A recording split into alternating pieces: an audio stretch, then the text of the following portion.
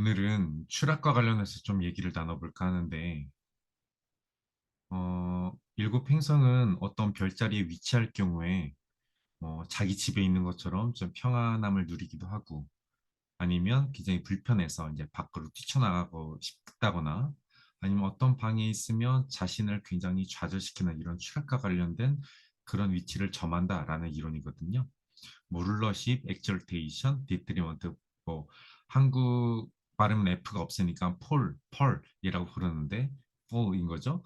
오늘은 이 펄이라고 불리는 추락 구조에 관련해서 어떤 이야기들이 있나 좀 살펴볼 텐데 특히 일상생활과 관련해서 좀 얘기를 나눌 거예요. 일단 우리가 알아야 할 거는 별자리 디그니티는 인생의 길흉에 작용하지 않습니다. 가끔 난 달이 전갈 자리에 있어서 인생이 흉해요. 수성이 물고기 자리에서 추락하기 때문에 인생이 흉해요라고 말하는 분들이 있는데 그것은 옳은 내용이 아닙니다. 그렇게 가르치는 전설가가 있다면 틀린 내용을 가르치고 있는 겁니다. 별자리 디그니티는 즉 추락과 관련된 내용, 뭐 룰러십 이런 내용을 말하는 거예요. 별자리 디그니티란 별자리 디그니티 내용은 인생의 길흉에 영향을 미치는 이론이 아니라 성향에 영향을 미치는 이론이에요. 오로지예요, 오로지. 인생의 길흉에도 영향을 미치나요? 라고 한다면 저는 X라고 할 겁니다. 성향에 영향을 미치는 이론입니다. 자, 일단 각 일곱 행성이 지금 이 화면을 보시면 그 옆에 별자리 있을 경우에 추락을 한다는 논리예요. 이 추락, 왜 이 행성이 이 별자리에서 추락하냐와 관련해서 좀 구체적으로 설명해 달라고 한다면 엄청 길게 말할 수 있거든요. 근데 요약을 한다면 일단 식물 입장에서 설명을 하는 거예요. 모든 점성술의 논리는 식물 입장입니다. 이거는 사주도 마찬가지라고 전 들었는데 달은 생명이에요.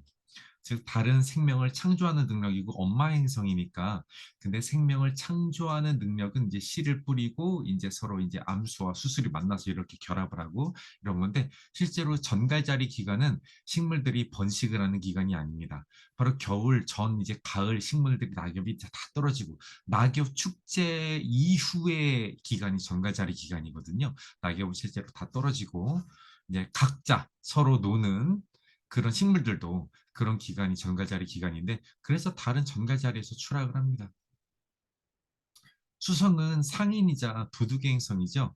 헤르메스가 많은 분들이 언변의 신이라고 많이 알고 있는데 일단 도둑의 신이라고 좀 적용을 해보세요. 실제로 도둑의 신입니다.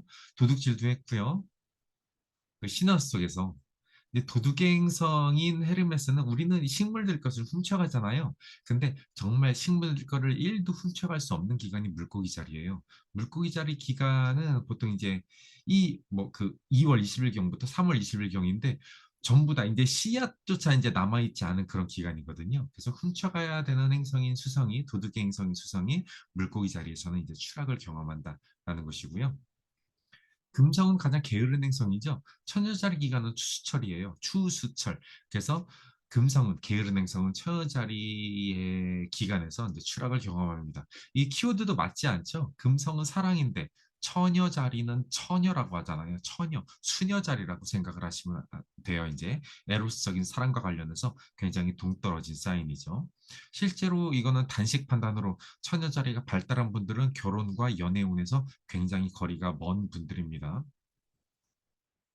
난 처녀자리인데 연애 잘하는데요라고 한다면 별자리적인 구조가 아니라 넌 예쁘기 때문이에요. 태양.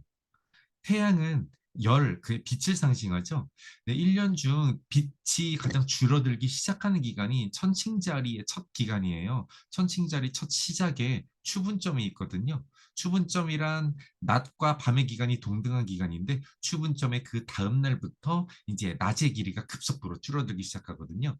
낮의 길이가 급속도로 줄어들기 시작하는 그 추분점이 위치한 게 천칭자리, 그 천칭자리에서 낮, 즉 빛을 상징하는 태양이 추락을 경험하죠. 화성은 죽이는 행성이죠. 개자리 기간은 우기가 막 이제 있는 기간이거든요. 이제 비가 쏟아지는 기간, 우리 기우제 막 지내잖아요. 우리 곡식들 자라게 하기 위해서. 그래서 개자리는 풍요성과도 긴밀한 기간인데 그 기간적인 부분 봤을 때 그래서 무언가를 생명을 살리고 먹이는 별자리라고 생각을 하시면 돼요. 근데 죽이는 행성인 화성은 무기를 상징하잖아요. 그럼 무기, 죽음 이런 상징을 갖고 있는 화성은 계절이 기간에서 맞지가 않죠. 키워드가 추락을 하죠. 마찬가지입니다. 목성은 풍요를 상징하고 생명력을 넘치게 하는 행성이에요. 대길성이니까. 근데 염소자리 기간에 동지가 있습니다. 동지 기간에는 일단 뭐 계절의 어떤 낮밤의 기간으로 논한다면 밤이 가장 긴 기간이 염소자리잖아요. 이제 식물들 입장에서는 이제 빛을 받고 좀 이제 쑥쑥 자라나야 되는데 그럼 염소자리 밤이 가장 기니까 이제 식물들도 쑥 들어가는 기간이고 게다가 겨울이잖아요. 또 염소자리 기간에는 예전에 동지 때는 우리나라에서는 이제 막귀 쫓으려고 붉은 곡식 팥 같은 거 이렇게 좀 이제 하고 했는데 서양 저 시기에서는 염소를 잡아 죽였습니다. 그래서 죽음이라는 키워드가 염소 자리에 있어요. 근데 생명력과 관련된 목성은 염소 자리에서 추락을 할 거죠. 토성은 태양과 반대 개념이라고 생각을 하시면 돼요. 토성은 태양계에서 가장 멀리 떨어져 있어서 어둠을 상징하잖아요. 즉 어둠을 상징하는 행성이 양자리에 있으면 자, 양자리는 춘분점이 있거든요. 춘분점이란 역시 낮과 밤의 길이가 동일한 기간인데 그 뒤로부터 즉 춘분점 그 다음 날부터 낮의 길이가 급속도로 늘어나게 돼 있거든요. 그래서 이제 낮의 길이가 늘어나는 양자리에서 밤을 어둠을 상징하는 토성이 추락을 하게 돼 있죠. 일단은 이 정도 이론으로만 기억을 하셔도 충분할 것 같고요. 문제는 뭐냐면 이 행성이 이 별자리에 있을 경우에 즉 달이 전갈 자리에 있고 수성이 물고기 자리에 있고 금성이 처녀 자리에 있고 태양이 천칭 자리에 있고 화성이 개 자리에 있고 목성이 염소 자리에 있고 토성이 양 자리에 있어서 추락을 했을 때에 이 행성이 이 별자리에 있다는 것만으로 그 행성이 추락을 한다라고 보거든요. 다시 한번 말씀드릴게요. 추락을 한다는 것은 인생의 기륙론으로 논하는 게 아닙니다. 수성이 물고기 자리에 있으면 추락해서 인생이 흉하지 않아요. 인생 길 흉에서는 어쩌면 더 길할 수가 있습니다. 그 이유에 대해서 아니 왜 수성이 물고기에서 추락했는데 왜 길하다고 얘기하냐? 라고 물으신다면 그 구체적인 이유는 다음에 기회가 되면 설명을 드릴게요. 지금은 일단 성향론이에요. 자, 그럼 문헌으로 들어가 보죠. 문헌에 추락하는 행성은 지위를 상실한 귀족과 같다고 그랬어요. 즉 몰락한 귀족과 같다고 하거든요. 몰락한 귀족은 같은 귀족뿐만 아니라 그 아랫사람, 즉 평민들이나 천민들도 무시를 하죠. 당연하지. 이제까지 권세를 누리는 귀족이었는데 몰락을 했으니 그 밑에 있는 그런 백성들, 평민들도 그 귀족을 무시하겠죠. 무슨 말이 요즘 말로 돌리면은 일반인들이 싫어하는 성향이라는 거예요. 업으로 하는 건 상관없습니다. 직업으로 하는 거는 상관없어요. 달이 전갈 자리에 있다고 달 직업을 못하지 않거든요. 그건 아무 상관이 없습니다.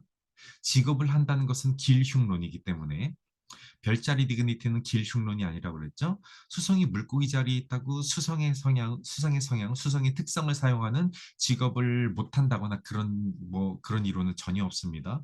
오히려 수성이 물고기 자리에 있는 분들이 상담업을 하거나 영업사원을 하거나 교수직을 훨씬 더 잘해요.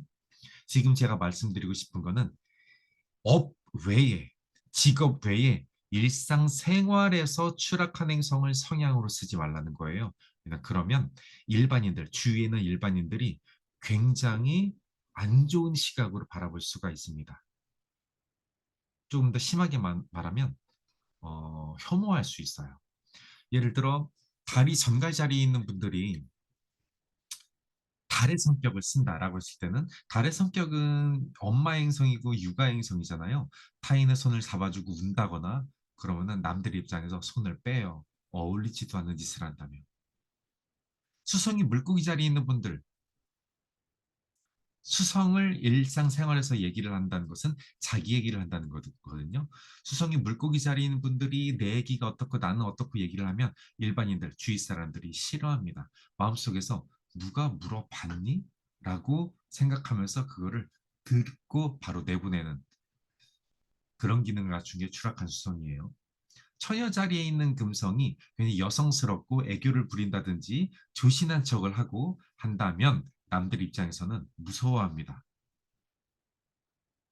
태양이 천칭 자리에 있는 분들이 리더십을 발휘한다거나 난 이제 어떤 지위에 올랐다고 명예적인 행동을 한다거나 한다면 남들이 코웃음을 칩니다.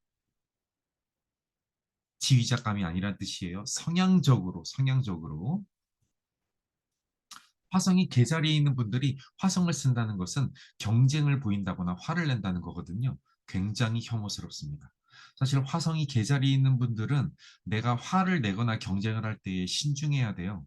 사람이 화를 내더라도 적당한 선이 있거든요. 그걸 항상 지나쳐서 넘어서서 하니까 남들 입장에서는 다시는 보고 싶지 않은 그런 모습을 보여줄 경우도 많아요. 목성이 염소 자리에 있는 분들이 목성짓을 일상생활에서 한다는 뜻은 잔소리를 하거나 티칭을 한다는 뜻이거든요. 굉장히 싫어합니다. 특히 목성이 염소 자리에 있는 분들이 커피숍에서 커피를 마시거나 술자리에서도 티칭을 하거나 잔소리하는 경향이 있거든요. 남들 입장에서 굉장히 안 좋아합니다. 주위 사람을 봐가면서 티칭을 하셔야 돼요. 토성이 양자리에 있는 분들이 일상생활에서 토성을 한다는 뜻은 남들이 시키지 않은 노예짓을 하는 경우가 많아요. 노예짓을 하는 경우가 많다고요. 즉 요즘으로 말하면 이제 과한 업무량을 한다는 뜻인데 어, 쉽게 이렇게 얘기를 들은 편해요. 토성이 양자리에서 추락하는 분들이 일을 하고도 대접을 못 받습니다. 남들 입장에서 어떻게 생각하냐면 누가 그런 일까지 하라고 했어? 라는 마인드를 먹으면서 대해요. 이거는 토성이 양자리에 있는 분들의 잘못이 아니라고 저는 생각을 해요. 신기하게 그렇게 되더라고요. 자, 종합하자면 일곱 행성이 추락을 하는 별자리에 있다. 그래서 추락을 한다라고 했을 때 업으로 하는 건 직업으로 쓰는 건 상관이 없는데 우리 일상생활에서 그 행성을 보여준다면 남들의 입장에서는 극단적인 거부감을 보일 수 있구나. 즉, 나의 추락한 행성은 일상생활에서 나의 성향으로 쓸 때에 매우 주의해야겠다, 신중해야겠다, 라는 겁니다. 다음에는 좀 더 별자리 디그니티에 대해서 룰러십이나 디트리먼트, 엑절테이션 이런 내용도 담아서 유익한 내용을 전해드릴게요.